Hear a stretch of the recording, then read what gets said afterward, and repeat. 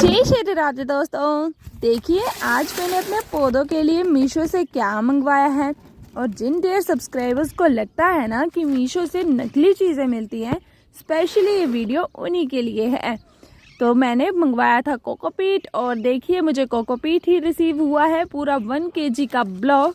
अब चलिए इसे इस्तेमाल करने लायक बनाते हैं। फटाफट से रैपर मैंने निकाल लिया और निकालने के बाद इसे टब में डाल लिया। अब हम डालेंगे ढेर सारा पानी, ताकि जो भी सॉल्ट वगैरह इसे प्रिजर्व करने के लिए डाले गए थे वो सारे के सारे निकल जाए और ये कोई भी हार्मफुल इफेक्ट ना डाले हमारे पौधों पे।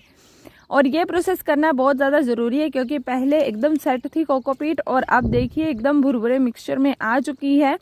और अब हम हो गए पूरे 4 से 5 मिनट इसे एक ही टब में डाले हुए। अब फटाफट से इसे पानी वाले से निकाल के दूसरे टब में शिफ्ट करके धूप में सुखाने के लिए रख देंगे और फिर हो जाएगी एकदम रेडी टू यूज़।